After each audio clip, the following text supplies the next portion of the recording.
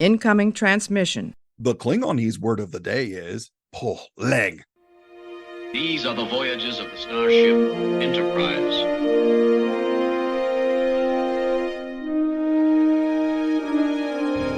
So, this is a huge victory for the good guys. Scotty, beam me up. Resistance is futile. Live long and prosper. To boldly go where no man has gone before.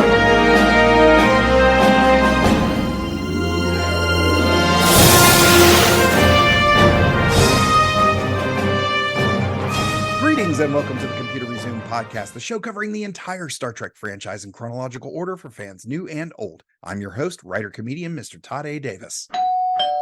Ladies and gentlemen, bust out your D20s because today we have Modiphius Entertainment's project manager over their line of Star Trek adventures, the officially licensed TTRPG.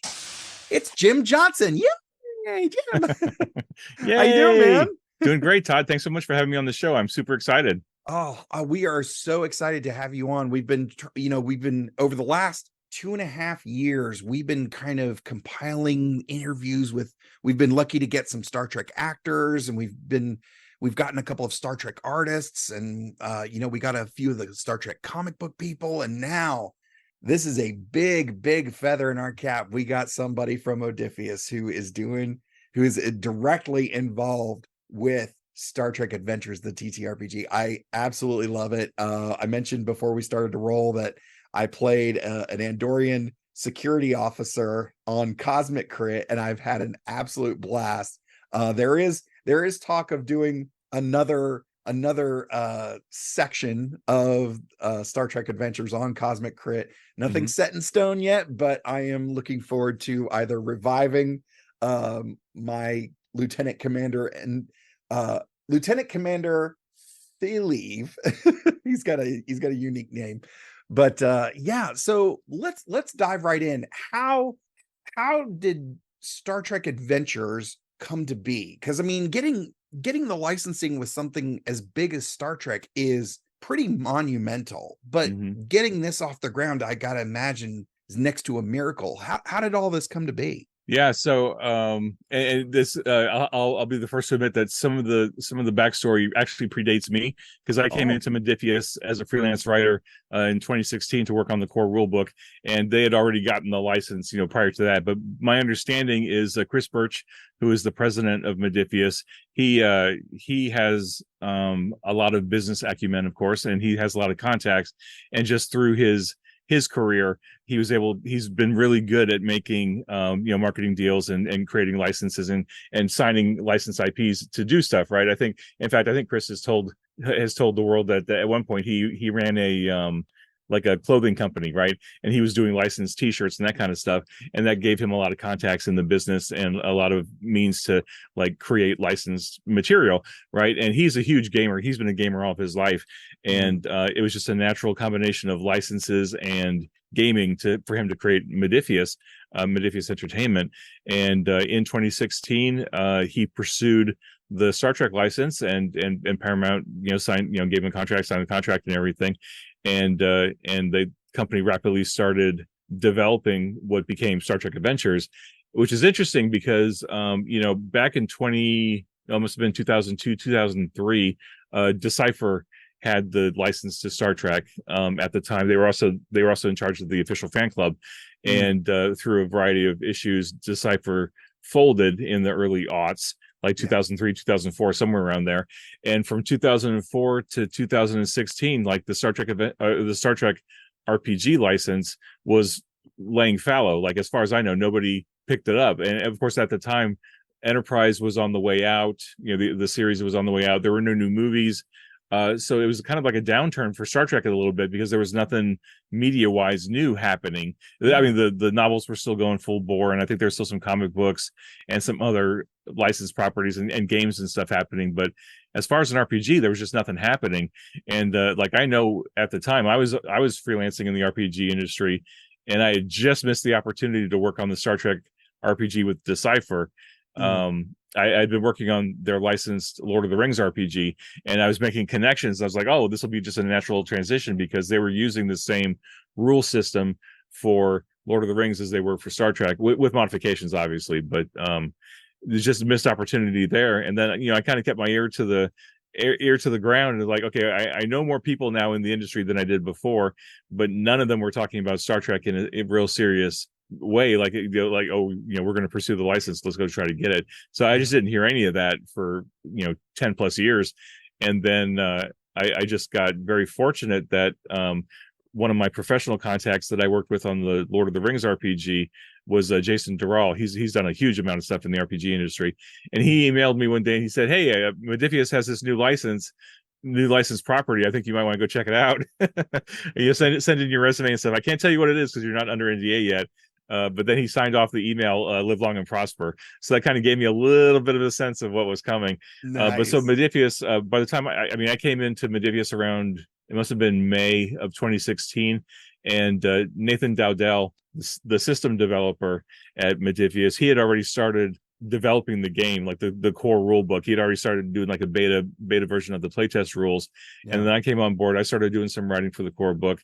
And then like the whole team started coming together, and over the course of a year and a half, we busted our butts to get that core book done so that we could have it out for Gen Con 2017, right? So we had there was some pressure there because we had to get it done and approved and ready and printed and everything. But we managed to make it work, and we released it at Gen Con, and it was a big splash, I think. I'd never been to Gen Con prior to that point, so it was a completely new experience for me, right? But it was fun too at the same time, because it was like, oh wow, we're like literally selling these books right off the pallet. Like we were just like as fast as we could open boxes, people were grabbing it. And I just remember being so excited that I brought a bunch of Sharpies with me, a bunch of silver Sharpies, and I grabbed my comp copy when I was there, and I just had everybody. I had all the fans sign it for me. Like I they were happy. I was happy to sign their books, but I was like, no, this is Star Trek. You sign my book. I want your autograph in my book, and it was just really exciting. And I still got that. That's like my heirloom at this point, because so many people have signed that over the years, and it's just so meaningful to me, because Star Trek is just one big family. I know we were talking right before you started recording that. You've been so fortunate to have amazing guests on your show from the Star Trek family, like production people and actors and other people. And that's just how it works. Like when you start making connections, then it just exponentially grows from there. And it's just amazing how many amazing people we've been able to loop into the RPG over the last 7 years to work on it, or just to be involved in it. And plus all the fans, like the fans are just amazing. So it's been a really cool ride for the last 7 years. Yeah. Looking at how the TTRPG landscape really came back with a big boom. Most people will cite two things: Stranger Things, the show Stranger Things, and of course Critical Role. But it should be noted that not all TTRPGs are the same. A lot of people cite 5e, of course, Dungeons and Dragons 5th edition, with it being the most recent, arguably the most accessible version of the game. But Star Trek Adventures is not a 5th edition game. It is actually a 2D20 system. Can you just briefly, for folks who maybe are familiar with 5e but aren't familiar with the 2D20, can you give us sort of the overview of how that system differs from other systems, and what kind of sets it apart, and why that's a great system for Star Trek? Sure, I will do my very best. I will be the first to admit that I've played a little bit of 5e, but not a lot of it. I was a big fan of 4th edition, to be honest with you, and I know that makes me kind of a pariah among the D&D circles because apparently nobody liked 4th edition except me, apparently. But I mean, the 4th edition was the game that got me back into RPGs. When it came out, because like I was in a real fallow period for a while, and it was like just nothing was out there gaming wise that really excited me for RPGs. And then 4th edition came out, and I was like, oh wow, this is so different and so cool, and it's just like the way the powers and everything worked, it was just amazing. But anyway, so Star Trek Adventures is a 2D20 system. Modiphius has an in-house system called 2D20, and it is a very adaptable system to where we've taken 2D20, especially Nathan, because Nathan is the primary system designer and developer at Modiphius. He's able to take the baseline 2D20 system, of which there's now an SRD available. So, like, I know SRDs are a big thing in the D&D circles, but there's an SRD for 2D20, and we are able to adapt that to different genres and to different properties. So, like the Conan, Dune, Star Trek, John Carter of Mars, even the newer ones that are coming out, like Dreams and Machines, that is releasing at Gen Con. Tomorrow, but I don't know when this is going to air. But 2023 Gen Con is when Dreams and Machines is coming out. And even though they're all kind of got like the core components of 2D20, they all feel very different, and they all feel very true to their specific genre or specific IP, right? So if you're playing Dune, it's going to feel very different from Star Trek, which is going to feel very different from Conan, just because of the way that Nathan and the development team are able to really build in what's essential to the IP into the game. And so, like, if you're looking for a RPG that feels like Star Trek, like has the cadence and the tone and just the way a Star Trek episode works on the screen, if you want that kind of experience at your game table, that's what 2D20 is. That's what Star Trek Adventures is trying to attempting to emulate, even down to where, like, the game is built around a scene and encounter economy, where you do a scene and then you do a scene and then you do a scene, and that is exactly how an episode of Star Trek works, right? Where you see a scene, stuff happens, and then it transitions to the next scene and the next scene, and as you go through those scenes, you just build and build and build. And with the meta currencies that are built into the game, we have momentum and we have threat, where players are able to use a few points of momentum to help give themselves advantages, or to gather more information, or to help shape that scene to some extent. And then the game master on the other side has a currency called threat, and the threat is used to like add in some more adversaries, or to create some more complications, or to add some challenges. And what that does is it gives kind of a even playing field, to where the players don't feel like the game master is just like creating things by dictate. Like, it's not just GM fiat that things happen. There's actually a currency. They actually have to kind of earn the right to throw things at the players. It tries to keep it collaborative as opposed to competitive. Like, I know in a lot of games I've played, you kind of feel like you're playing against the GM, and the GM is trying to, like, destroy you. And it's not just, not any specific game, but there are games out there that has happened. But because Star Trek, as a property, is all about teamwork, all about collaboration, we really built that into the core components of the game, where if you're playing the game, there's an assist mechanic where, like, if you're trying to do something, your crew can help you, your ship can help you, by adding extra D20s to your roll attempt. And unlike D&D, where you're trying to roll high on one D20, in Star Trek Adventures, you're trying to roll low on at least 2d20. You normally roll 2d20 for any task attempt, but you can buy up to 3 more dice, whether you have an ability that helps you gain a bonus d20, or you can spend momentum to buy more dice. So that currency kind of like ebbs and flows, and that's really the point of the game. Is like you can buy more dice by giving the game master threat. So there's a calculated choice there. Like, do I give the game master some tools to maybe make our lives more challenging, or do I play it safe, or do I go for it? Like, there's some real dynamics there that you can play with, and it's really fun. Like, as a player, I've had a chance to play it a few times. It's just really fun to get into that decision making, especially when, like, the drama in this scene is really high. It's like, oh, do I take the chance now and spend all the momentum, or do I play it safe and save it for the next player who might have something amazing that they want to attempt? And it just gets into a really good table conversation. And I've never noticed really, like, in some games, I think some players will be kind of like sitting back waiting for their turn to do something amazing. But in Star Trek, it's like, oh, I'm going to try to do something amazing, but I need help. Like, can you spend your turn just giving me an assist instead of trying to do something cool on your own? And like, the collaborative nature really comes through, because the rules encourage it, but then they get out of the way. And it just lets you get into the narrative, into the storytelling and the role playing, which for certain groups of people is fantastic, right? That's what they want, is they want that narrative approach, which feels like the episodes. And I totally acknowledge that there are plenty of gamers out there who would want even more crunch in their game, right? And so 2d20 has that ability, though, where you can turn the dial to some extent. That you can turn the crunch up, you can turn the crunch down. It just depends on where your group is comfortable, where you're comfortable as a game master.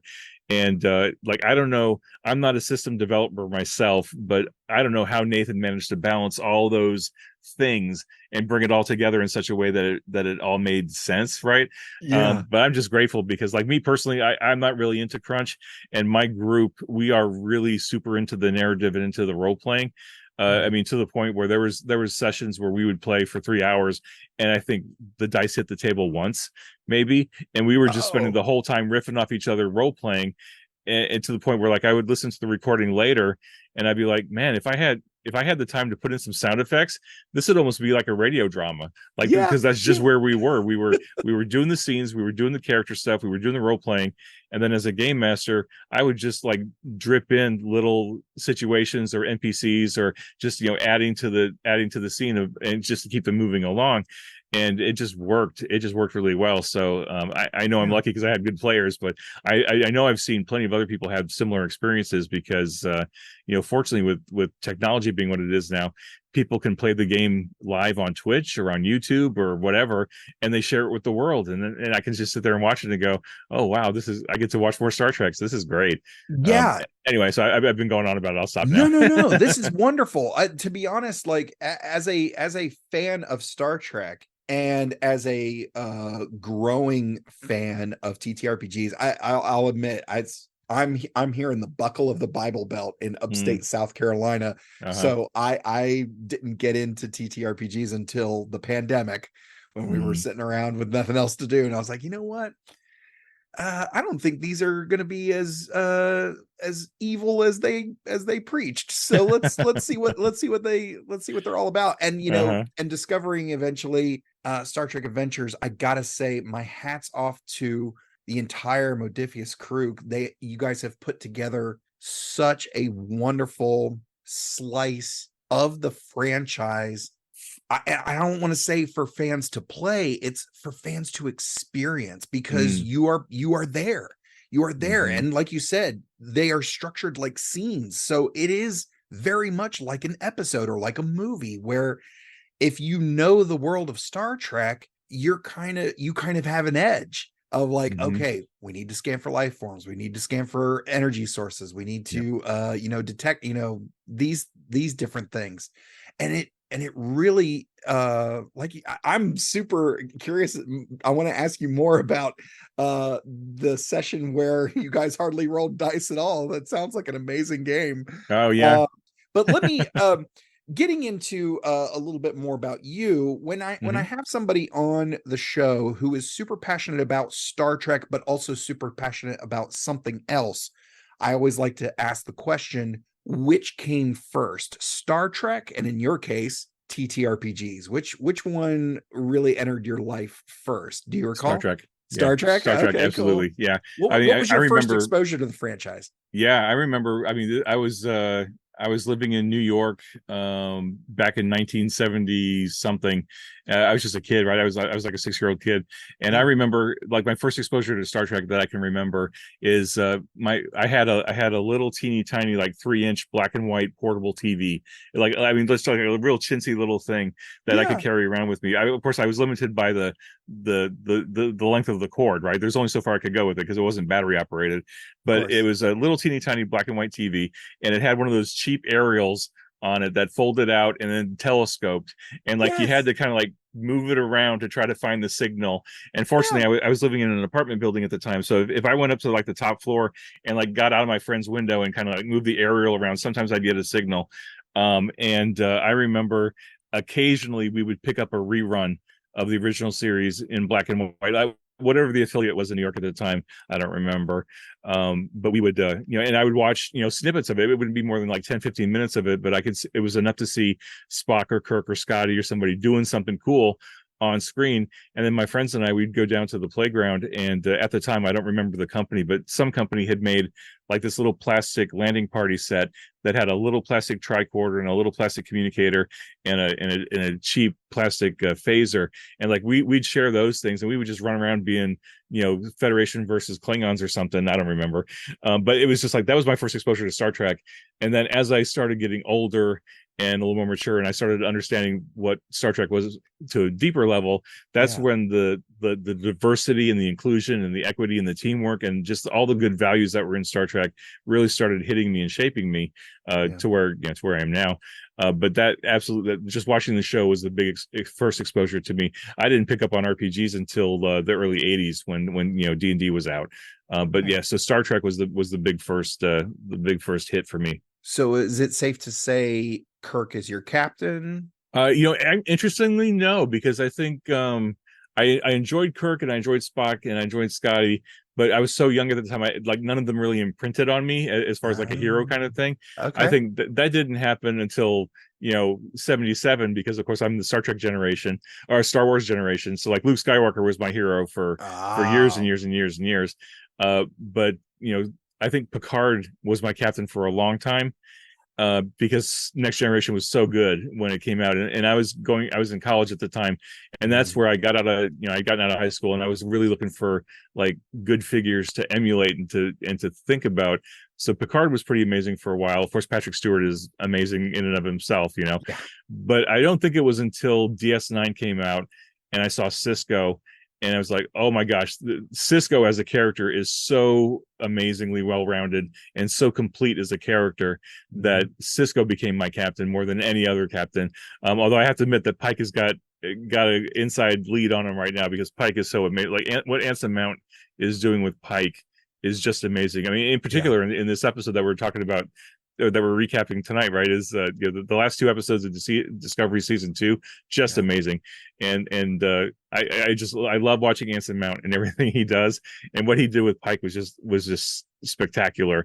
And I hope they don't screw it up in Strange New Worlds, but so far they seem to be doing a pretty good job with it. I mean, we're getting a little bit ahead here, but sorry.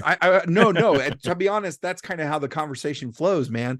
Like, I was discussing on our last episode with, I believe it was with Patrick Cunningham, a buddy of mine, comedian out of Philadelphia, and he's a big fan of Pike as well. And looking at all of the things that Anson Mount has been able to do in season 2 of Discovery, leading up to, of course, captaining the ship, captaining the show of Strange New Worlds, and with their very successful first season.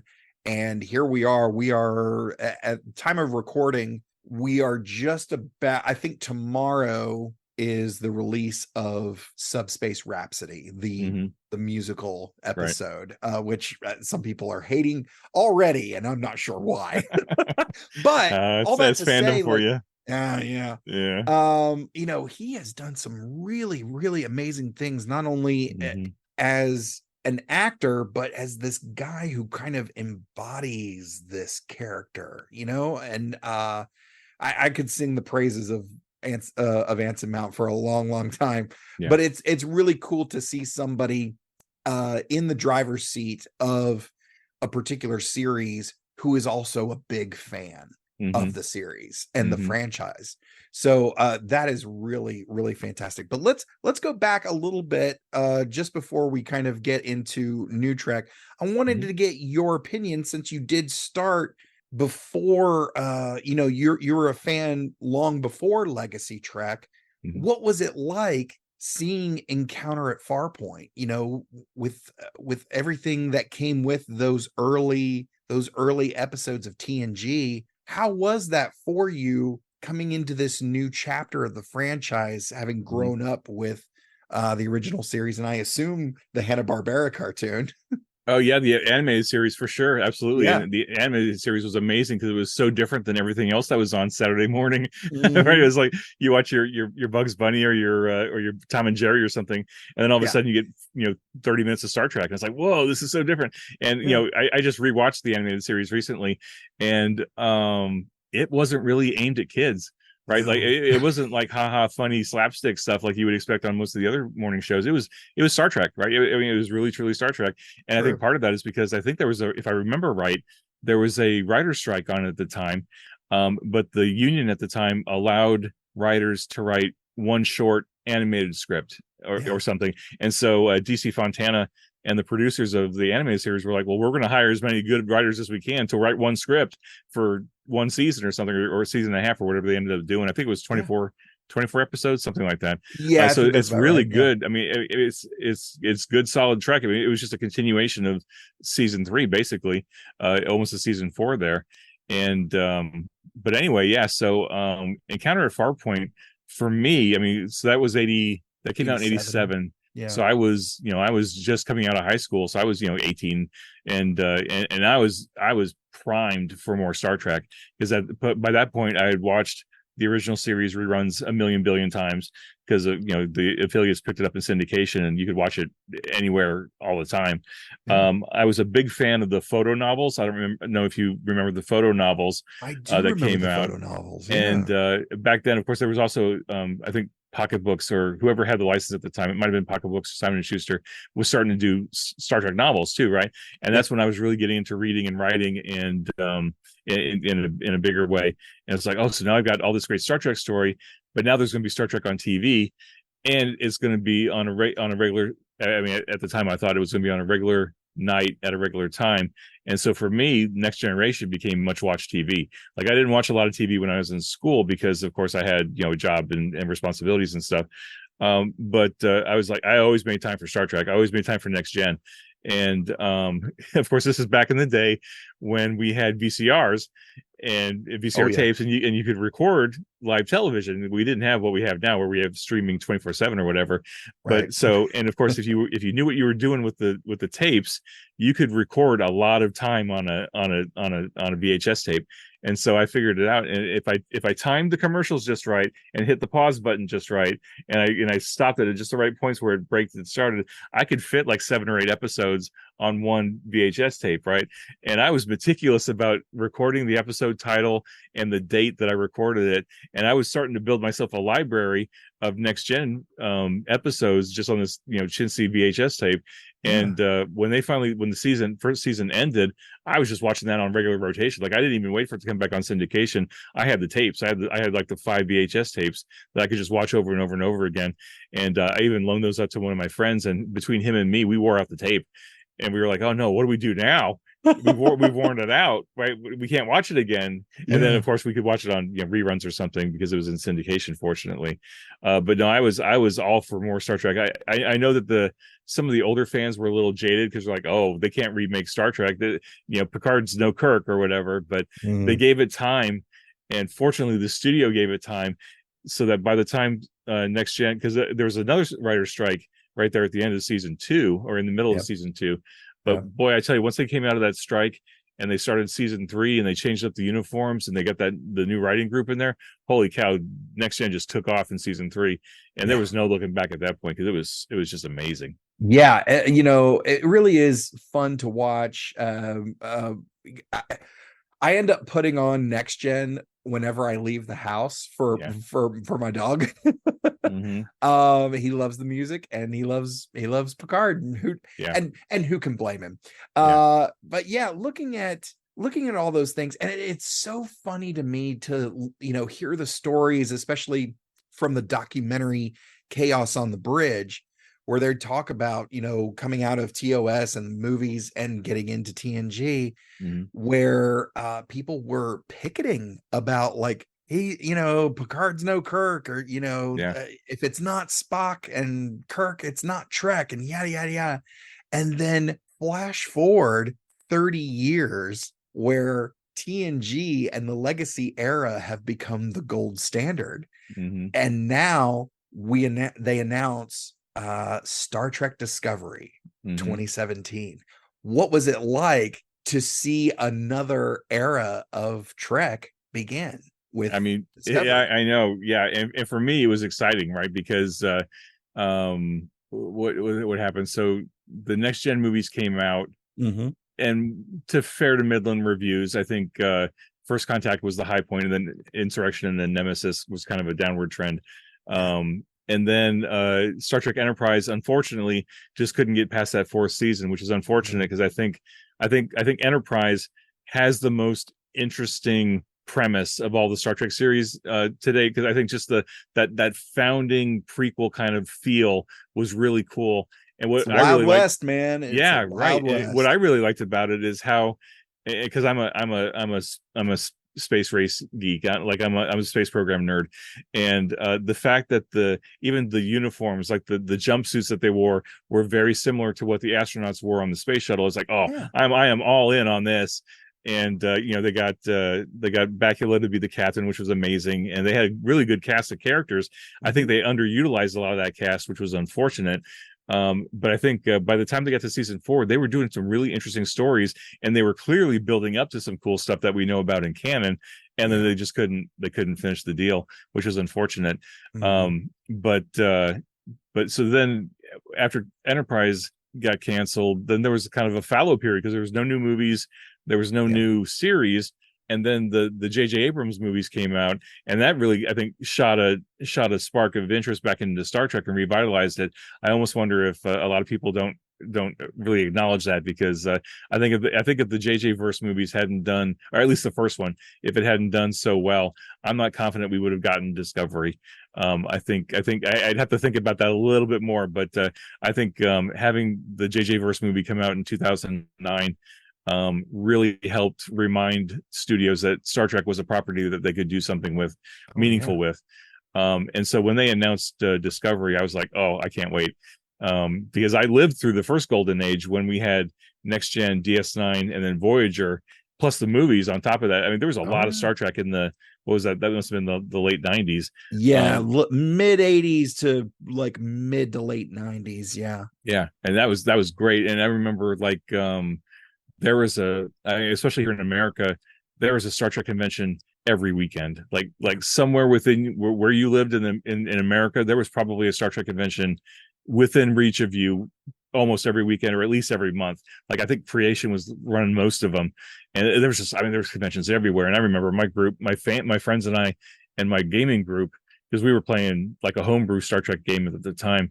Oh, wow. We would make the road trip. Like I live in Virginia, and we would make the road trip to like York, Pennsylvania, or Richmond, or I mean, we went out because like we would, because of course there were so many conventions, you could kind of pick and choose like what guests of honor do we want to go see?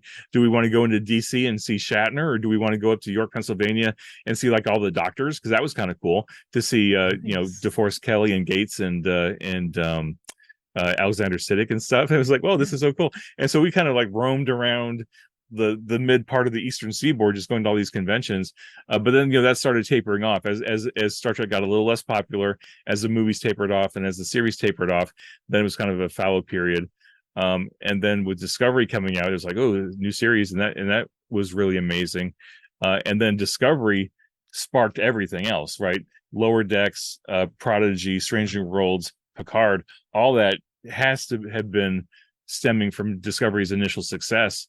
And now there's just got this whole thing going on. Now there's all kinds of Star Trek happening, and it's just amazing to be in the middle of it, and just enjoying it as a fan. Especially as a fan, I'm enjoying the hell out of it. But also being in the position of working on this game and seeing it all kind of being tied together in a different way as RPGs do. It's just an exciting dynamic period of time here, and I'm just enjoying it. Like I said, I'm just enjoying it because there's so much Star Trek, and for someone as passionate about Star Trek as I am, I can't get enough of it. It's like it's Star Trek 24/7, and I'm not tired of it yet, which is amazing. Pretty much. Yeah, it's so fascinating to me that because Legacy Trek, and this isn't a knock, like the franchise has grown and changed over time, but one of the things that really struck me with New Trek is that now there's a Trek for every mood. Like if you're kind of newer to the franchise and you really enjoy the diversity aspect and the serialized nature of storytelling, Discovery's your thing. If you're kind of brand new to Star Trek, if you have no idea about Star Trek, you might want to start with Prodigy. If you're a fan of animation and comedy like Family Guy, Rick and Morty, Lower Decks, Lower Decks is also kind of like for hardcore Trekkers too, because it's fun because they've got the surface level comedy. It's a workplace comedy. That's what it is. But it's also super inside baseball. There's a lot of like really deep cut Trek jokes in there that I absolutely adore. If you're guys like us who, TNG, Picard actually kind of looks a little like my dad. So Picard was very big for me growing up.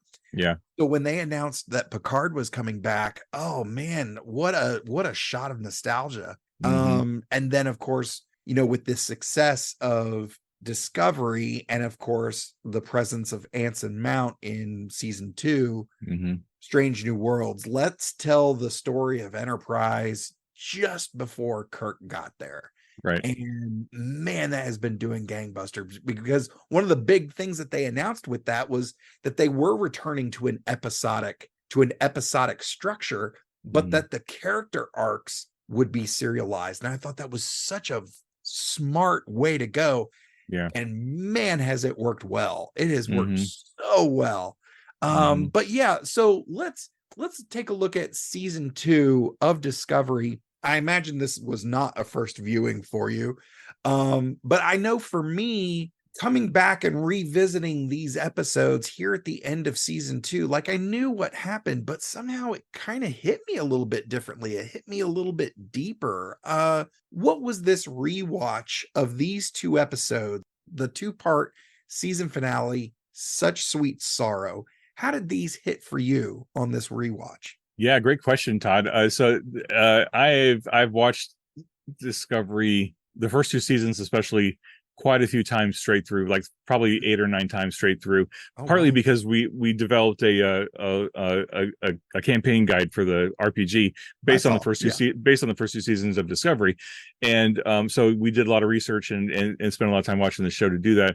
But especially just because I'm a fan, like I love season 2. Like I will watch season 2 straight through anytime I've got the opportunity to do it, because Anson Mount, Ethan Peck, Rebecca Romijn, I'm horrible on her last name, Romaine, thank you. Yeah. And then the whole cast, like the energy that they had in season 2 was so amazing, and the writing was so good, and the effects were so crisp. It's like a mini movie. Every episode is like a little movie, like a little high budget movie. And but I haven't rewatched these 2 episodes probably for about a year, just because we're moving on to other things in the game, and I've got I got so much other Star Trek to watch, right? I mean, we just did a Lower Decks book, so I was spending a lot of time watching Lower Decks. But with Discovery, like coming back to these 2, I really, it was kind of fun and interesting to kind of sit back and watch it, because this was done like 5 years ago. And like the actors were in a different place, and they had different things going on. Like I don't think Strange New Worlds was a certain thing yet.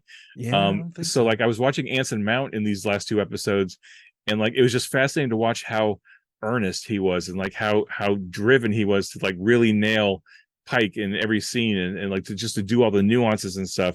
And I'm like, I could almost see this as like this is his audition tape for like a wink to the studio saying, hey, after this is done, you really ought to be thinking about a Pike show on the Enterprise afterwards, hey. And so it was fascinating to see that. And like Ethan Peck with the Spock beard was such a different look and feel compared to what we're seeing on Strange New Worlds now. And it's like, oh, it's young Spock, and he's got a beard, and it's all different, and it's weird.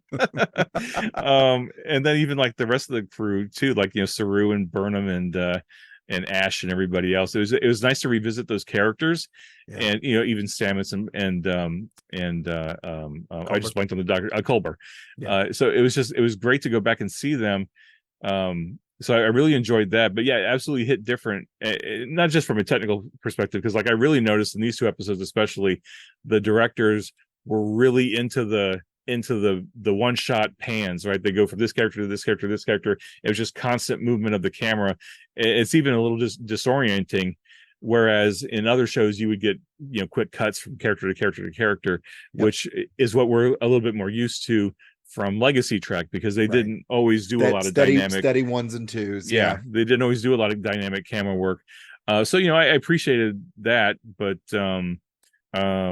yeah, it was just nice. Like when I was starting to watch the first part of the 2-parter, Like I was like, oh, I'll just watch it and then I'll be ready for the show. But I was like, I got sucked right into it, all the character dynamics, which I was surprised at, because like I knew that the first few times I watched season 2, like I really kind of needed to watch the whole thing to get back into the characters and see those character arcs develop in, like, Tilly and Ash and Burnham and just all those interrelationships that they had.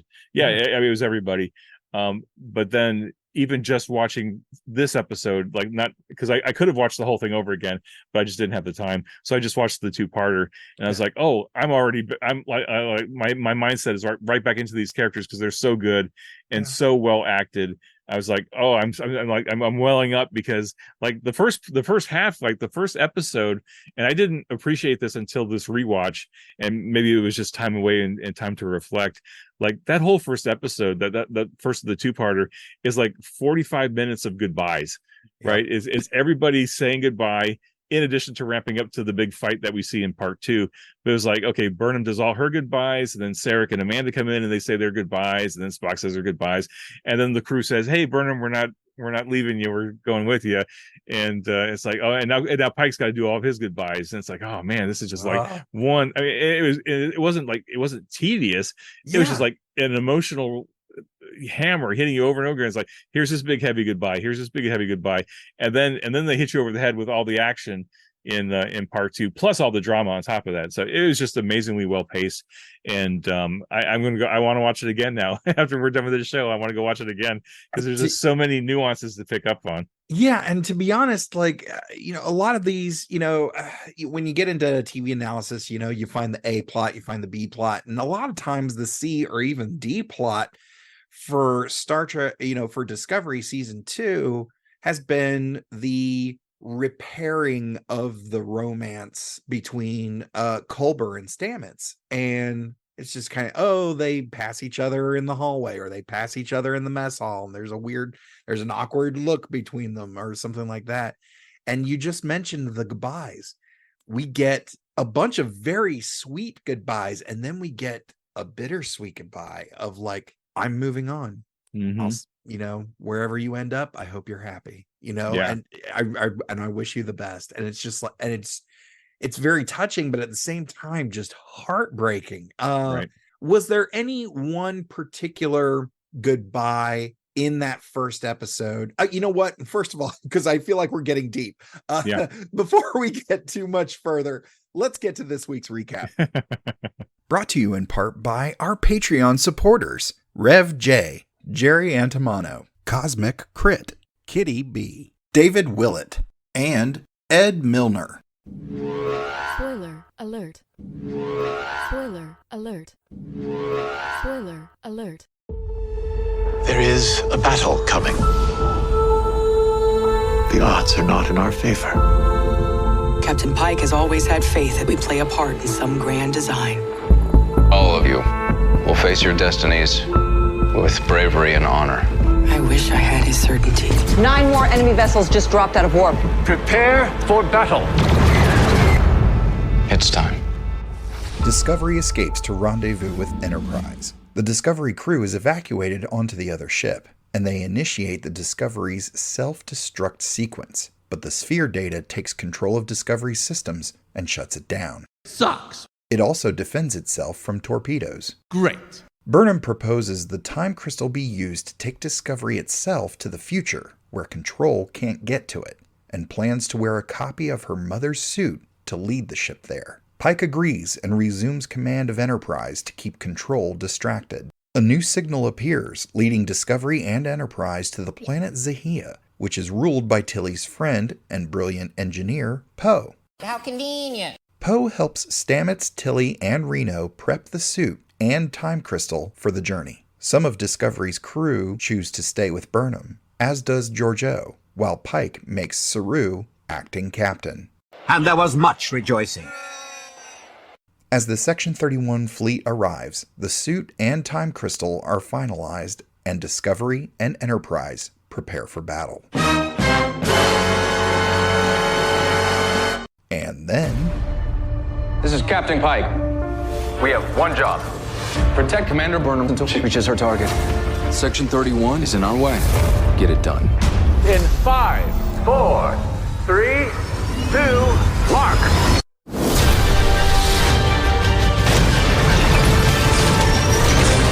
Go, Michael, now!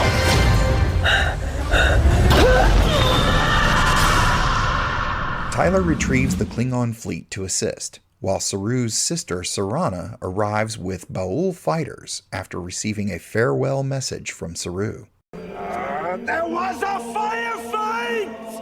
Stamets is seriously injured and is cared for by Culber. A Section 31 torpedo penetrates Enterprise without detonating, and Cornwell seals off the surrounding area, which prevents further damage when a secondary detonation kills her. Control, in the body of Leland, boards Discovery and is defeated when Georgiou magnetizes the nanites in his body, allowing Section 31's fleet to be destroyed. In the suit, Burnham travels to the past and sets the 5 signals that led them to this point. She then sets a 6th for Discovery to follow as she travels forward 930 years and promises to set a 7th when they arrive. So you're free Thursday then? The Enterprise crew tells Starfleet that Discovery was destroyed in the battle and are ordered to never speak of it or the crew again, on Spock's recommendation to prevent another incident like Control. Tyler is placed in command of Section 31. Great. Months later, Enterprise detects the 7th signal as it begins a strange new adventure. And there was much rejoicing. Okay, so now that we're through the recap, I want to ask you, we were talking about relationships before we started the recap, and I wanted to ask you, like, if any of these goodbyes hit for you. Was there one goodbye that hit you a little extra that really kind of, that's the one? It's like, I'm not crying, you're crying, one of those. did any of those goodbyes do it for you? You know what's fascinating is in the first part of the two-parter when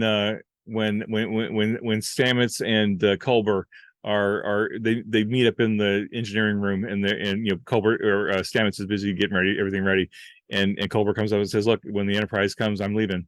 And they have that really, it's a goodbye, but they don't say goodbye, but it's really hard and awkward. But there was so much emotion in that scene that really got me emotionally welled up, and I was like, "Oh man, that's such a great scene, a great moment." But I think that was really set up for me to when Ash and Burnham say goodbye, because like the first few times I watched the series, I wasn't too sure about Ash and Burnham. That relationship didn't feel right to me for some reason. It took a while for it to grow on me, for me to kind of get what those two characters were trying to do. Yeah. And I mean, what I thought was amazing is how honest they were with each other. And I think the first time, like in 2017, when the series first came out, it was like, wow, these characters, this dialogue is so real, and it's like they are so mature and honest, and like if more people could talk like this to each other, it would be a whole different world, right? But that scene between Ash and Burnham, where they're saying, "Oh, when Burnham realizes, oh, Ash, you're not coming with me, are you? This is it. This is the end. This is goodbye." Yeah. And she turns to leave, and then there's that beat, and then she comes back, and they have their last kiss or whatever. But I think that scene hit me more than it had ever hit me before. And I think partly because the Stamets and Culber scene kind of primed the pump to some extent, and then that really hit me. And of course, from there, then you learn that the crew's going to stay with Burnham, even though she didn't want them to. But they're like, we're doing it because this is love is love, and we're going. So I think the Ash and Burnham scene really hit me. I was surprised that it hit me as hard as it did, because it hadn't hit me in that way in previous rewatches. Partly because I didn't quite grok that whole Ash Burnham relationship until more recently. How about you? Was there one that really pulled you in? And it's weird to think about this. I've mentioned on the show before, I have a law enforcement background, and I also have a martial arts background. So there's something about the, everyone, coming to attention and at ease. And I think Pike with Burnham there on the bridge, and him saying, eyes up for Burnham, eyes up for Commander Burnham, and her, it's that formal goodbye, but you can see everybody is trying their hardest to keep it inside. It's okay. Everything's gonna be fine. Like that hits for me a lot, because I remember being in formations like that. I remember being in uniform. I remember those types of things. I remember my academy graduation day. I don't know that I've told this story on the show before, but I'm going to do my best not to cry when I That's all right, man. But all good. I remember our graduation day. It was from our department. We only have one academy for the entire state, but it was me and 3 other guys from our department, from our jurisdiction, who were graduating that day. And graduation's open to the public. And most of the time it's, your chief, your commanding staff, your family come to, see you walk across the stage. They pin the badge, the whole thing. There was one person in attendance there who was associated with our jurisdiction, and it was the wife of a fallen officer. His name was Russ Sorrow. And I went up to her and I thanked her for coming. And I said, I'm going to do my best. I'll do my best. Wow. And I said, I told her I'd do my best. And she said, please be careful. And I'll never forget it. I'll never forget the look on her face, the tone in her voice. And oh man, I've been off the force now for quite a few years, but I can still see it as clear as day. And that it's that whole, and when she said it, I was like, all right, Davis, keep it together, say thank you, shake her hand, and then politely excuse yourself and go somewhere. Yeah, that's powerful. Yeah, thank you for sharing that. Oh no, I appreciate it, man. It's rare that I get to share a lot of these things. I keep most of it bottled up most of the time. Yeah, but it's all right, man. Let it out. It's all good. So talking about goodbyes, with this, I kind of, and this kind of gets into a little bit of the stat section, so I'll hold off on a little bit of it. But sure, the other thing that really struck me, that poise, that calm in the face of certain death, which we see Pike do a lot. Hell, when he grabs the time crystal in the episode just before this 2-parter, you see it fall away for a second, and he is horrified at his future. But then you see him kind of recite, okay, this is who we are. We believe in what's right. We're going to do the right thing. And he reaffirming to himself, and then he grabs that crystal, and and his fate is sealed. We actually get to see a moment like that in Admiral Cornwell, where she is doing her dead level best there by herself, there with Unich and Riley, and there with Pike, and the needs of the many. And she's, look, go back into the turbo lift. There's a manual lever here. I'll seal it in. I'll seal the blast door. And not only does she seal the blast door, she gives Pike one last look, but then she turns around and goes to parade rest. There in front of the photon torpedo. And I was just like, what a badass. I absolutely adore Admiral Cornwell, and I've said it before. I've said it before, and I'll say it again.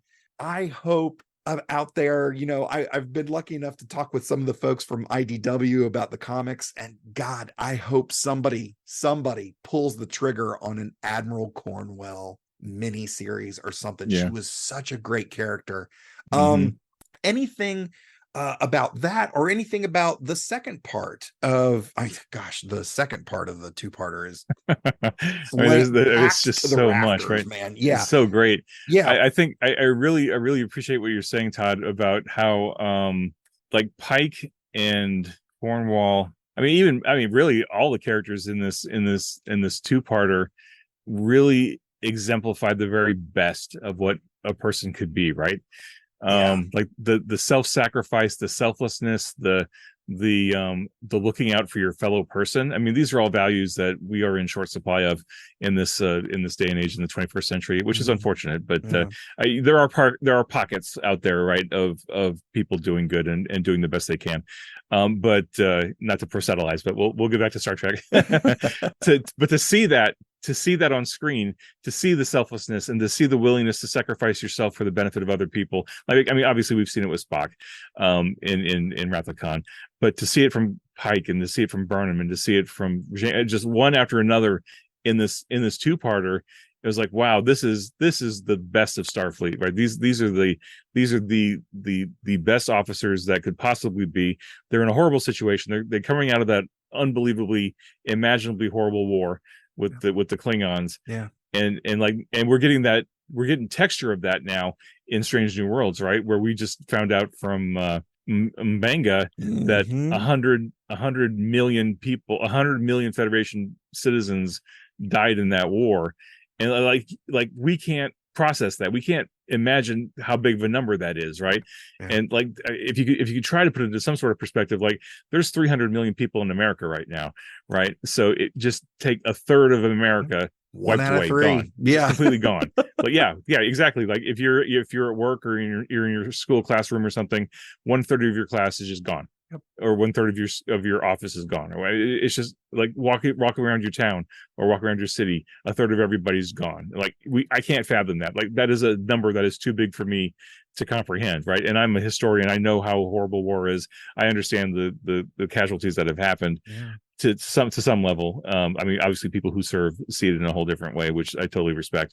But for Starfleet to have gone through that war and then to get into the whole drama of the second season where they're trying to figure out what these signals are, and for them still to be so strong of characters to say, this is so important, I am willing to sacrifice my life so that you can succeed, or that you have a chance of succeeding, right? And like I remember watching this episode, I had forgotten that as soon as they were talking about the time suit, Pike's first reaction was fabricate the suit to my specifications.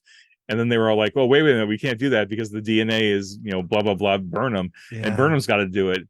And Burnham was like, I just remember seeing that look on her face of like, I don't want to do this, but I have to do it. And it's like, you could see it in her face, like, I don't want to do it. Oh, but now I'm understanding I'm the only one who can do it.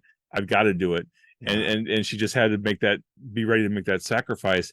And I'm like, wow. I mean, just like, how do you find that character of people to go into the academy and to just go through Starfleet? And like, it's just, I mean, for me, it's just amazing because I don't think we see enough of that in our leaders today. That just that level of self-sacrifice, it's just so different now, right? Yeah. But it was just inspiring. I was inspired all over again watching these two episodes, just by the quality of people that were on screen. Yeah, looking at making the conscious decision to sacrifice. Mm-hmm. Everyone on that ship. Yeah, hell, you hear it in their letters to their loved ones. Yeah, they're all losing. It's the idea of just like the way for us to win is for all of us to lose, and it's one of those things where it's just shocking and heart-wrenching. You look at someone like Saru, who knew going in that he could never return to his home planet, and then when he knows he has to abandon ship, he can't even take these plants that he was able to save. He can't. Right. He takes the knife. He takes the knife. Tilly, who has a horrible relationship with her mother, but at the same time, she's sacrificing that familial connection of just like, hey, I gotta go. I hope you're proud of me. If you're not, okay. And she's resigned to that of like, if you're not okay, I'm proud of me. And even Tyler, and going back and looking at in a few episodes before this two-parter, where it's revealed that his son is there on the planet with the time crystals, he says, yeah, I couldn't tell anybody because it would jeopardize the safety. We just talked about the Klingon War and how many lives were lost. He goes, if anybody knew, it would all be undone. And we'd go through this whole thing all over again. But I had to carry this by myself. And just, it's one sacrifice after another. Even we already talked about Stamets and Culber, who Stamets is at a point where he goes, I'm I'm gonna, I'm holding on to this, but I've got to let you go. I have to lose you because I love you. And oh man, it's just one thing after another. Not to mention, like, let's go ahead and let's figure out. So shifting gears here, let's figure out where Leland / Control fits in the hierarchy of Star Trek villains. Like, first of all, super creepy. And secondly, so his plan was dangerously close to winning. Like, he was dangerously close to winning.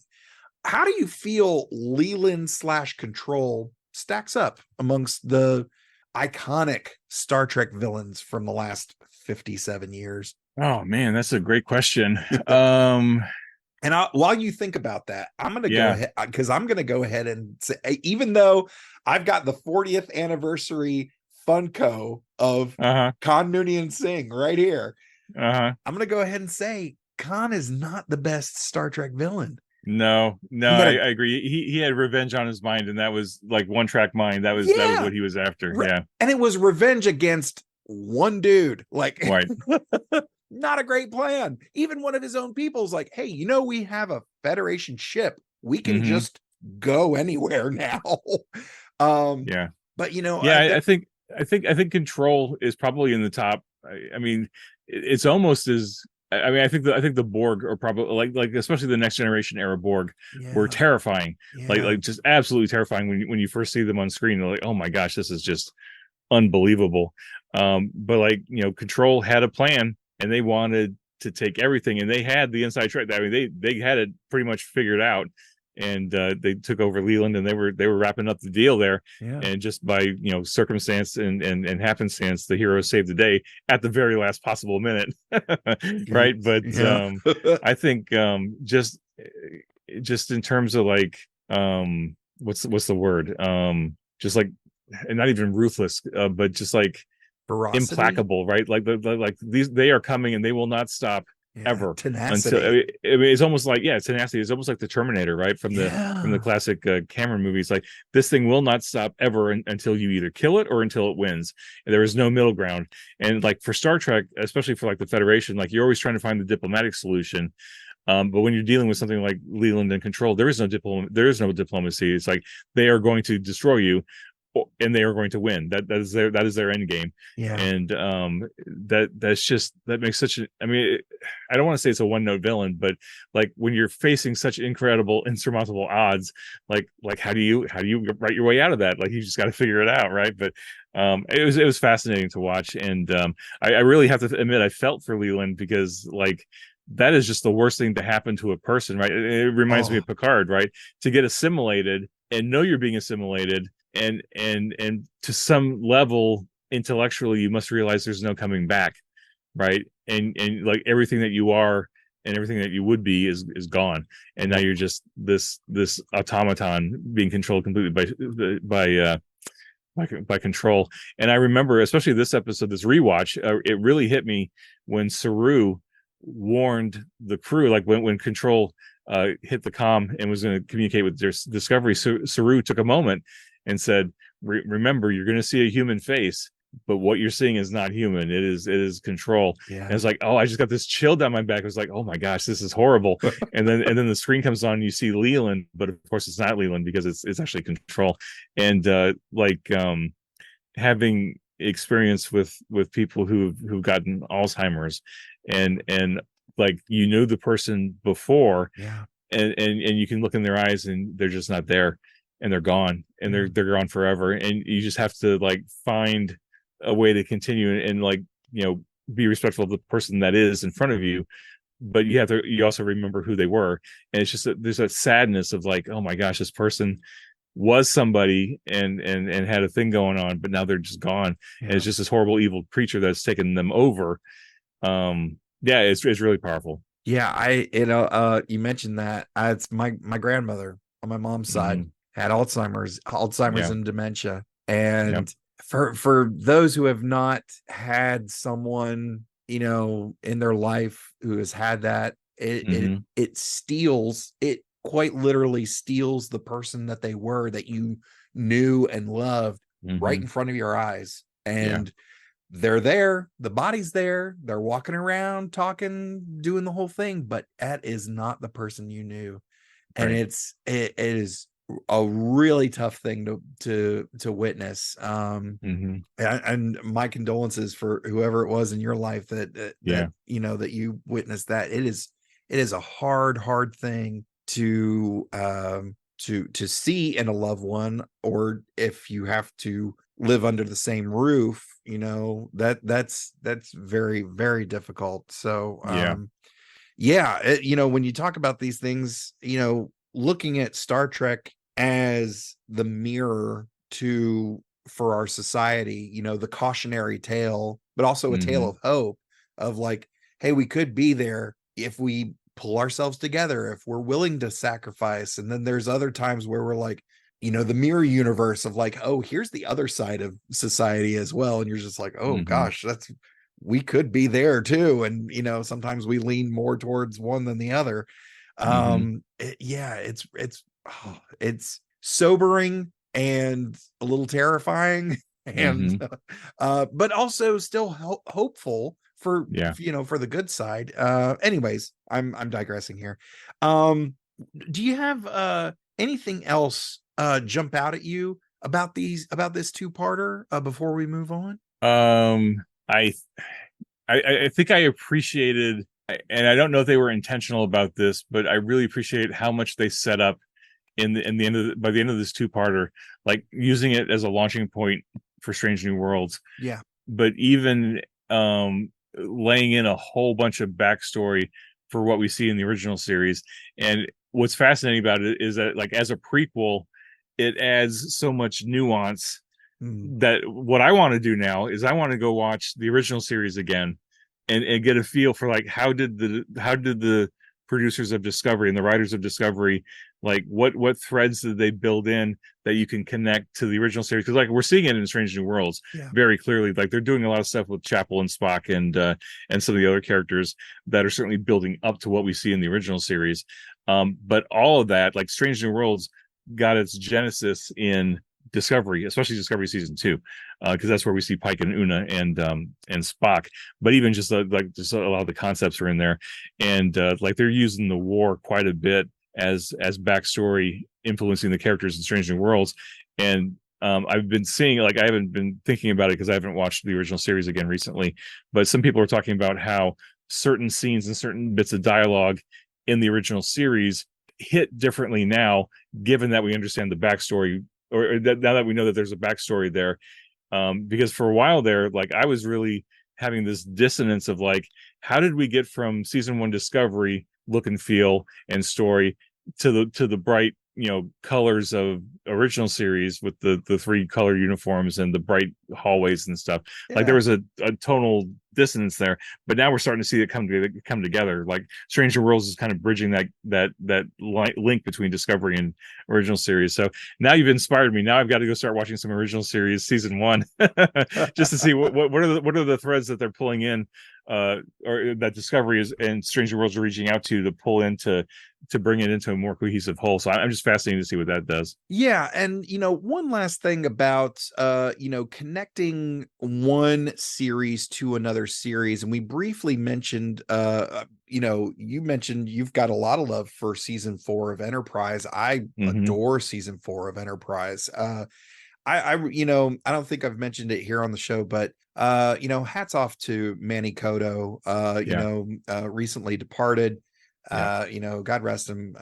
Manny did such a great job when he took the reins over as showrunner for season 4 of really making the effort to consciously connect that show Enterprise not only to TOS, but also some long reaching threads to Legacy Trek, TNG, Deep Space Nine, Voyager.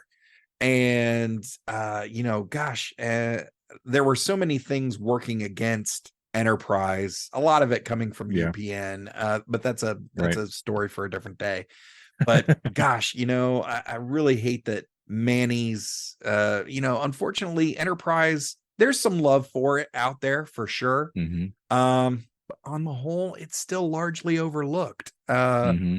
And I really hope people, especially with the love that was given to Enterprise in the Strange New Worlds Lower Decks crossover, I hope people go and, hey, what was this all about?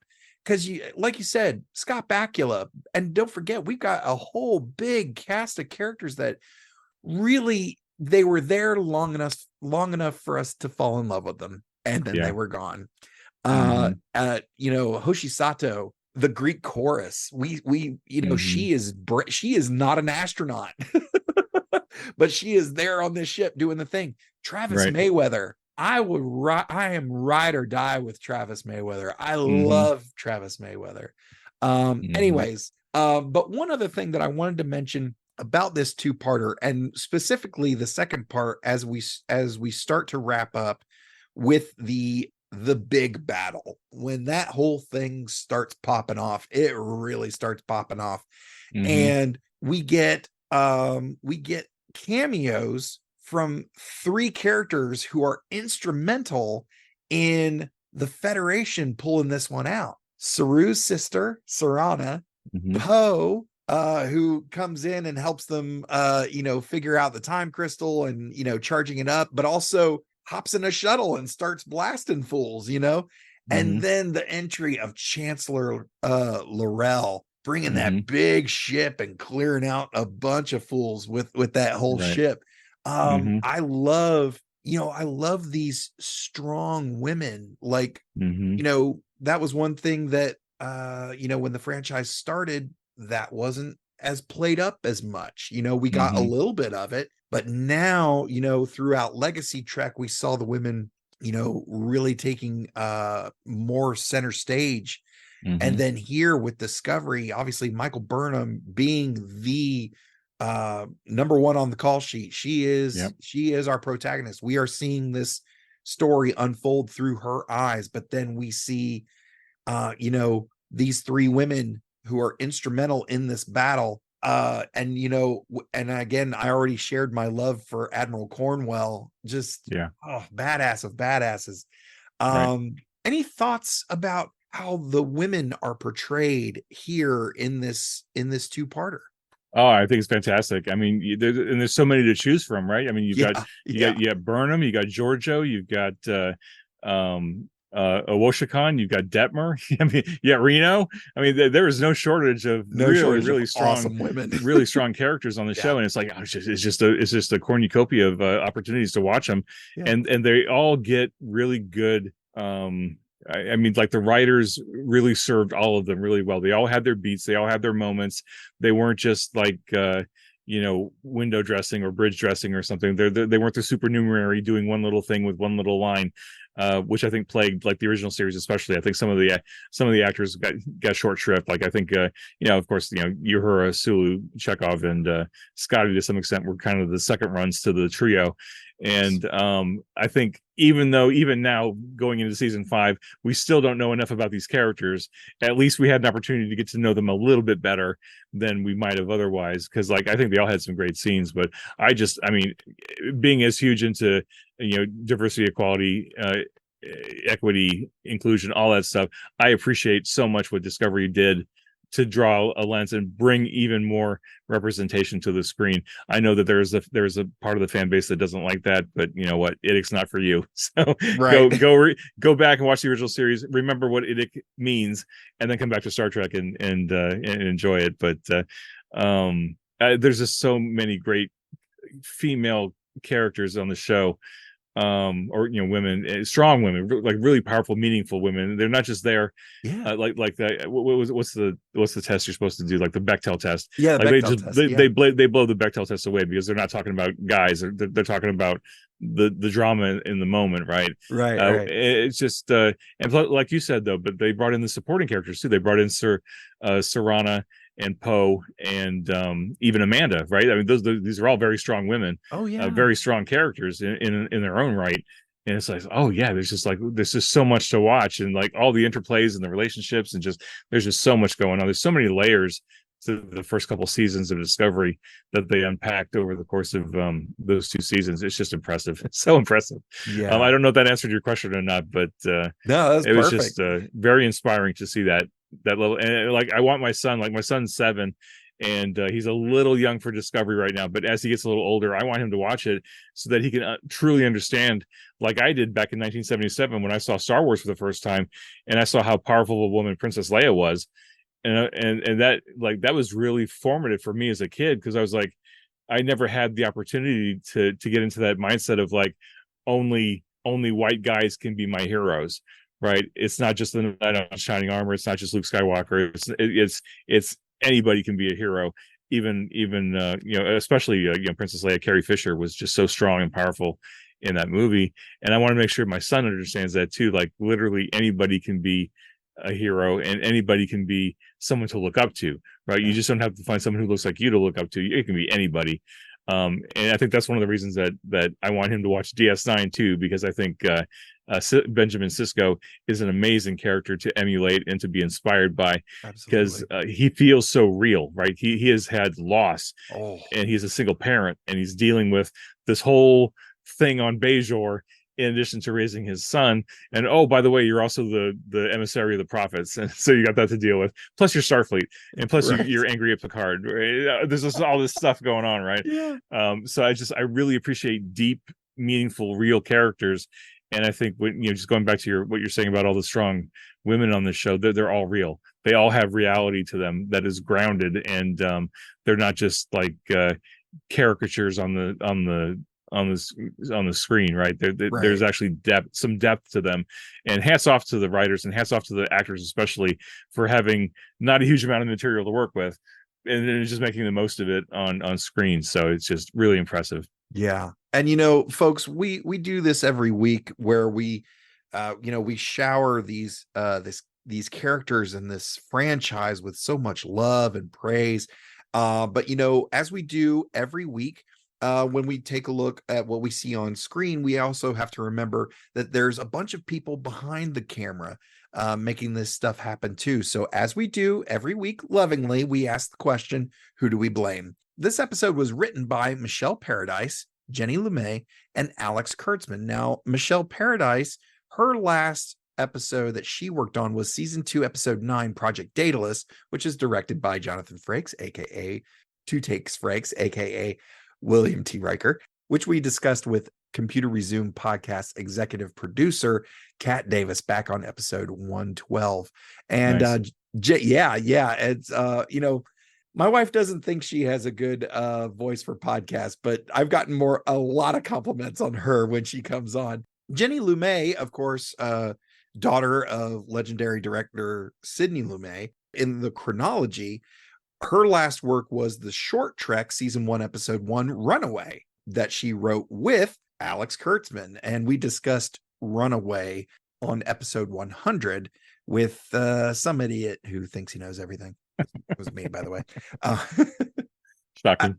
And this episode was directed by Olatunde Osunsami. And as always, I hope I'm pronouncing that correctly, whose last work directing was season 2, episode 3, Point of Light, which we discussed with our good friend Ren Sims back on episode 105.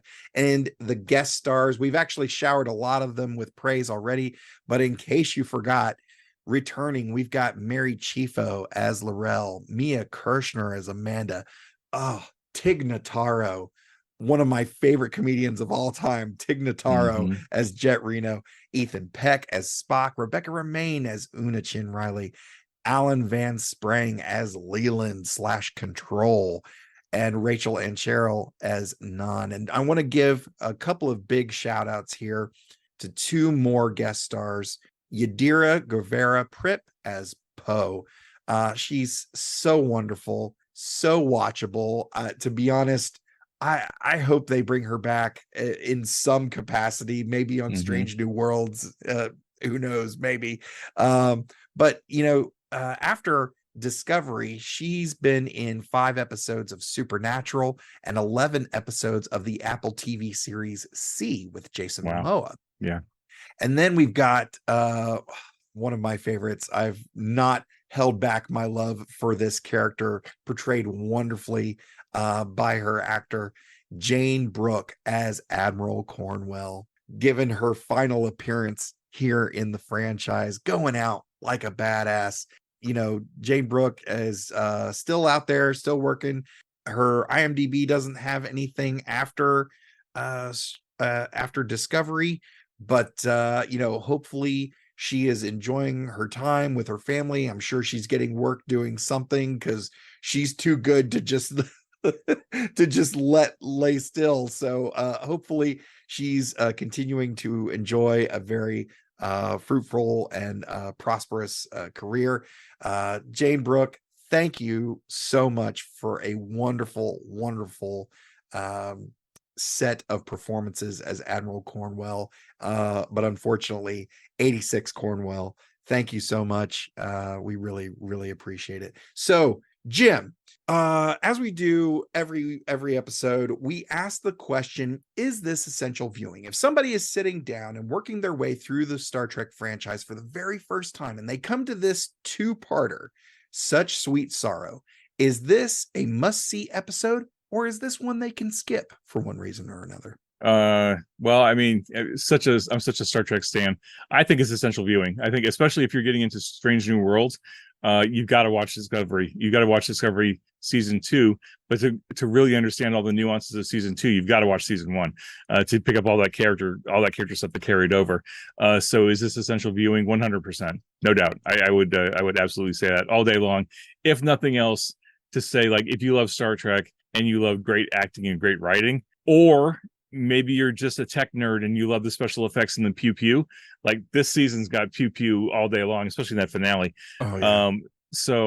But if you like good Star Trek, like good meaningful character interactions and story, this is it. Like, it's so good. Yeah, you're absolutely right. You know, and as we've been talking about Discovery, with Discovery being the first truly serialized Star Trek, it's really kind of hard to be like, you can skip this one.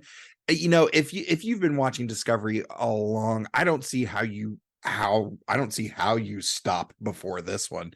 And especially, like we've been saying pretty much this entire episode, pick a character. If you're following any particular character's track, if they appear in this episode, which is pretty much everybody, you got to watch these, because we get some really big things happening here with essentially every crew member.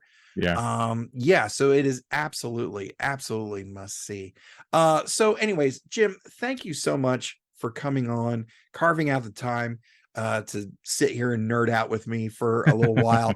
Do you have any parting thoughts about these episodes, the series, the franchise, your experience on the Computer Resume podcast? Any parting thoughts before we start to wrap it up? Yeah, I'll just say this has been a great experience. Todd, thank you so much for having me on the show. It's super exciting. I didn't realize until I was talking to you right before we started the show that this is the end of your season. And gosh, what an honor to help you do the big send off here for your finale. As we're watching a big finale of Discovery, and now you're getting the big finale of your show. So I am honored and humbled that you called out to me to get me on here. So thank you so much for that. Really appreciate it. I think we were talking about how the self-sacrifice that we see so present from so many characters in this last two-parter. It really exemplifies all the best of what Starfleet could be and what Star Trek really means, right? Like you're seeing it front and center in this entire two-parter. You're seeing the diversity of all the characters. You're seeing the inclusion. You're seeing the teamwork. You're seeing the self-sacrifice. Like all these great values. Like if you needed to introduce somebody to like what the heck is Star Trek, watch this two-part. Like don't even watch everything before, just watch this two-parter and see what these characters are doing and how much these characters mean to each other and like what matters and what are they willing to give up to help somebody else out, right? And so I think like if I was going to introduce somebody to Star Trek as a totality of a franchise, I would have them watch Emissary, the pilot to DS9, because that whole interaction between Sisko and the Prophets is like peak Star Trek, like explaining what humanity is and explaining what linear time is. Like that's a big concept, right? And that's just amazing. So you show them that, and then you show them this, and you say, "This is what the best of Starfleet can be, and what the best of Star Trek is." All the different things that are wrapped up in it, in my opinion, anyway. Yeah. Those 3 episodes. If you don't like those 3 episodes, then Star Trek's probably not for you, right? even though, like you alluded to earlier in the show, there are 11 seasons, or there are 11 series of Star Trek now. There are 13 movies.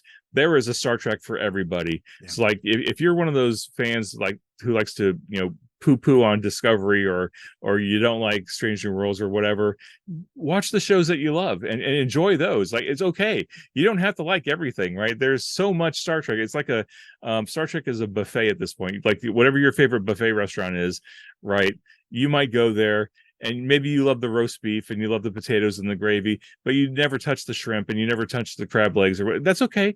It's someone's going to eat it and someone loves it, but you don't have to eat all of it. Like, you're not required to. Just eat the buffet parts that you like, and just let other people enjoy the rest of it.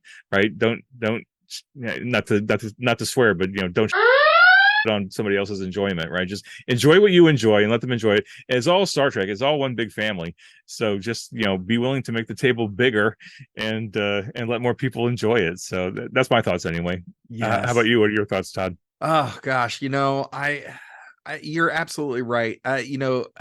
Looking at something that promotes so much hope, and hope across a wide spectrum of issues, anything that exists that could potentially be better is promoted through Star Trek, be it social interactions, our approach to science and technology, our approaches to philosophy, diplomacy. The list goes on and on and on. And so when I hear that something that is so inherently good, and promoting things that are inherently good is doing something fun, like a musical episode. And 2 weeks before it even premiered, people were hating it. I was like, first of all, can we maybe let the credits roll before you start to hate it? Right. Right. I've never understood. I'm on another podcast where we cover cult and genre film history, and it's called Cinema Shock. It's a lot of fun. But we pull some of these 1-star reviews from these websites and just start reading, and you'd be surprised at how many people are like, "Oh, I got 10 minutes in and turned it off. I got 15 minutes, 20 minutes in, I turned it off." It's like, well, then your opinion's invalid. Sorry. Yeah. Yeah, absolutely. And it's like, nobody sets out to make anything bad. And let's be honest, Strange New Worlds has a pretty good track record. Mm-hmm. In fact, all of New Trek has a pretty good track record. Yeah. Hell, let's not forget Prodigy won an Emmy. Like, right. These things are really, really great. Mm-hmm. So if I had another guest on who said, if your personality is hating things, get a new personality. That's not a personality. Yeah. Don't. There's enough things in this life, in this world, that are going to be negative and try to keep you down. We don't need another one. Right. And nobody needs to invite that element into their characteristics of their personality. Let's all be better people. Let's all be willing to sacrifice. And if we can along the way, let's have some fun. I've always said, look, if we're going to reach the stars, we have to reach sideways first, because nobody gets there alone. So, reach sideways and maybe we'll all get there eventually. Yeah. And even not just reach sideways, right? But reach down and pull up. Sure. Right? Like whoever's below you or behind you, help them out. Bring them along for the ride. For those who are able, sure. Yeah, absolutely. And it's not easy. Nobody said it's easy. But and Jim, this has been an absolute pleasure talking with you here at the end of season 6 of the Computer Resume podcast. And I just want to take a few minutes to thank the following people for helping make this season. I have a feeling I'm going to be saying this at the end of every season, our best season yet. Writer of Con the Musical, Brent Black. Star Trek superfan Kevin Hebenstreit, the Weird Al of the Star Trek universe Ian Star-Wrecked Ramsey, co-host of Nerdpreneur podcast Frank Bailey, our good friend Ren Sims, director of Trekfest in Riverside, Iowa, Travis Riggin, the absolutely fabulous record breaker Flip Kiki, from IDW Publishing, group editor Heather Antos, and artist extraordinaire J.K. Woodward, Cosmic Crits Drew Burris, from the National Wrestling Alliance, the NWA, Gary Horn, our Cinema Shock co-host, film historian, whether he likes it or not, Justin Bishop, Computer Resume Podcast's executive producer and love of my life, Kat Davis, actor, writer, director, Buttery Shoulders, Matt Jennings, Star Trek cosplay comedian and author, Danny Rydell, comedian Patrick Cunningham, and of course today's guest, the lovely and talented Jim Johnson from Modiphius Entertainment. In 3 weeks, on October 23rd, we will be joined by former USS Enterprise engineer, now author, Michael LeBlanc, to discuss IDW's Star Trek Discovery Aftermath, which is available at your local comic book retailer and at idwpublishing.com. So Jim, tell everybody a little bit more about Modiphius and Star Trek Adventures and where people can find it, purchase it, play it, and live it and love it. Yeah, sure thing. So Modiphius Entertainment's is a UK-based company. They've been around for 10 years. You can find them on modiphius.net or modiphius.us. There's 2 web stores, one in America, one in UK. They're based in the UK. All their games are available online. At your local retailer, etc. They do a lot of different games, a lot of very diverse range of RPGs and tabletop minis. They have Fallout, Wasteland Warfare, based on the Fallout series of video games. That's a miniatures game. There's Elder Scrolls Call to Arms. That's based on the, of course, Elder Scrolls Skyrim. That's a minis-based game. Of course, Star Trek Adventures. They have the Dune license, so we have a Dune RPG. We're just now releasing Dreams of Machines, which is a new original IP for Modiphius, which is exciting. That's being released at Gen Con this year. So by the time this episode airs, it will have already released. But for the purposes of right now, like literally it's Wednesday night, Gen Con's tomorrow morning. So it's gonna launch tomorrow morning, which is pretty exciting. A bunch of other IPs. Modiphius is also in an interestingly kind of unique position to where the company has enough infrastructure and connections that Modiphius does a lot of distribution for other game companies. So, getting their work into the distribution channels too. Again, Chris is a huge proponent of supporting other people and getting them into the game industry. And so you'll notice that Modiphius, like their website, they sell a lot of other companies' games, and that's because they're helping distribute those games to get them into a wider market. So like we don't own the IP, or we don't manage the IPs for some of those lines, but we just help distribute them. And so that's really awesome. And then as far as Star Trek Adventures, the game's been out for 7 years now. We have I am fortunate to see that we have a very healthy fan base that is very supportive of each other, to the point where, like, if people are asking questions, the fans will answer the questions before myself or Nathan can get online to go look at them, right? But there's a official Modiphius Discord. We're on Twitter. We're on Instagram, all the social media networks and stuff. There's a unofficial Facebook group if you want to get to know more about the game and get to know the fans, subreddit, all that stuff. I'm on social media all the time supporting the game, mostly because I'm just a super fan of Star Trek and a fan of the game. Even though I'm also the project manager and I'm responsible for it, I still try to connect with the fans as often as I can, just because I love the game and I love to see what they're doing with it. I'm at the point now where we are literally, every product we release is a new toolkit for gamers to do something with cool at their table. And like, I'm giddy every time we release something new, because it's like, oh, what are you going to do with these tools that we create, that we spent a year and a half creating? Like, what are you going to do with it? Because I've told fans before, like, in the middle of the night when I'm tired of working on the next product, if I'm tired of editing or I need a break from proofreading or something, I'll pull up Twitch, or I'll pull up YouTube, or I'll pull up one of the other social networks, because I know that somewhere in the world is a group playing the game, either live or they've recorded it, and I can just sit there for half an hour just watching them do their thing, whether it's in German or Polish or in a language I can't speak or understand. I'm like, I can still see they're at the table They got this game, the GM screen, they got the dice, they're having fun. They're doing a scenario that I've probably touched in one way or another, either edited or at least shepherded through the production process. And that is such an amazing gift to see that, right? Like I try to make it a gift to give to people to play with, but to get that feedback back is something we couldn't have done 30 years ago because we didn't have the internet, right? But it's just like, no, like the fans, I want you to know that we're watching and we're loving everything you do, and you are driving us to do better every product. We want to do more cool stuff. Like, what are the fans going to do with this one, etc. So go to modiphius.net. If you're in most of the world. If you're in the US or Canada, go to modiphius.us, and that'll save you on shipping if you're buying stuff from us. But your local friendly game stores should have our products. If they don't, have them email Modiphius, because we will either tell you what distributor you should be ordering from, or you can order direct from Modiphius. So you can make that happen if you own a store or something. And, to find me on social media, I'm on all the social media for Star Trek Adventures. I'm not hard to find. If you want to go to my Twitter, it's scribe_.netty.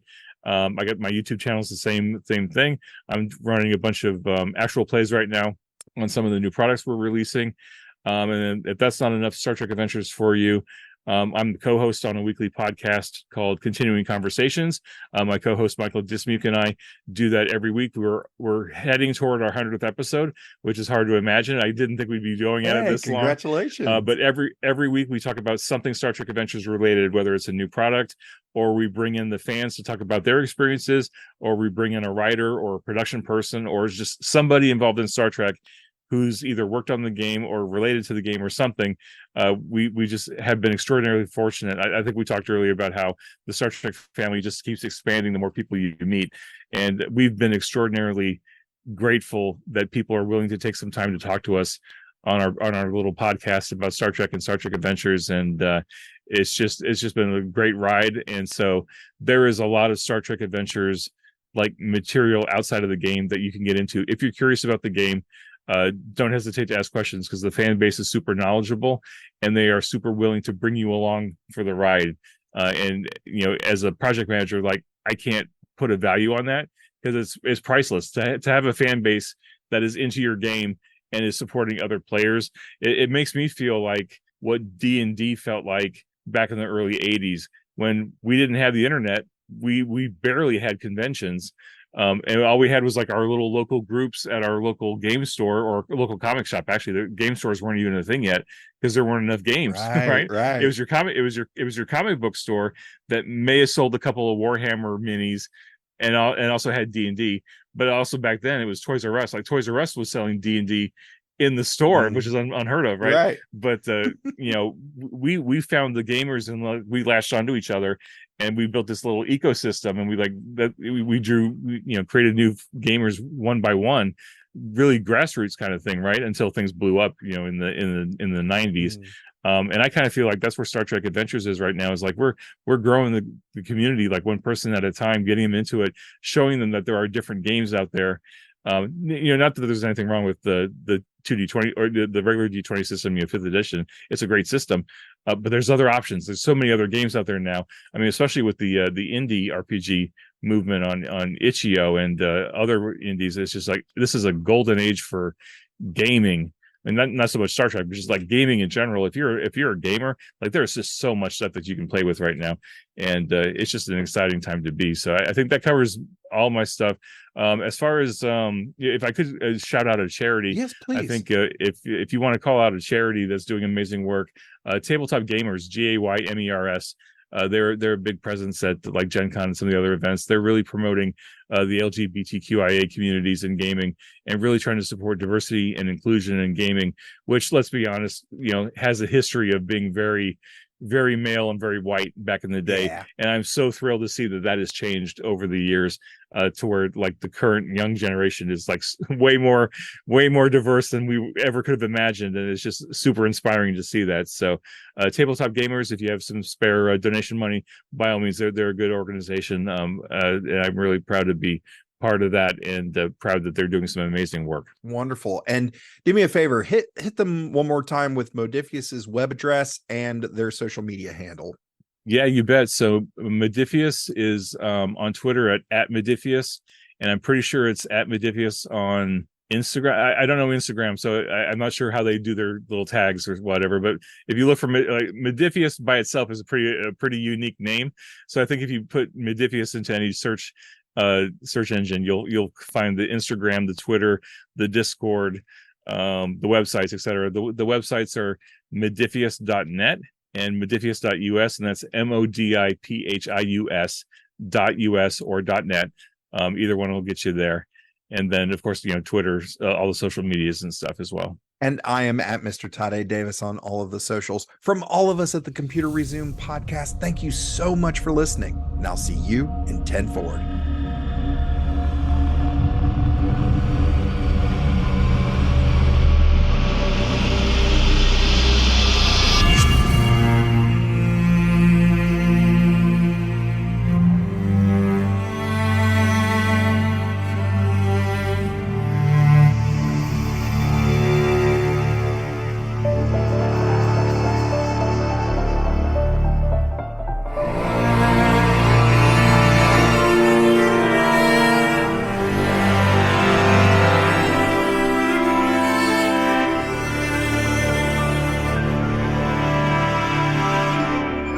Support us on Patreon and like, rate, review, and share on all your favorite platforms. Feel free to send us your subspace transmissions to computerresumepodcast@gmail.com or at Computer Resume on Facebook, Twitter, Instagram, and TikTok. The Computer Resume podcast was created and produced by Mr. Todd A. Davis. Our logo was designed by Will Martin and Justin Bishop. The opening theme was produced by Justin Bishop, and our outro music was provided with permission by Dronode. Additional music was provided by Mr. Todd A. Davis and Gary Horn, and the voice of Computer Resume podcast and executive producer, me, Kat Davis. # LLAP. We'll see you next time. Going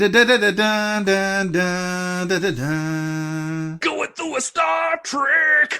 We're doing Star Trek stuff in space. We probably got some phasers and shuttle pods, and we're gonna find a brand new race. How's that for a slice of fried gold?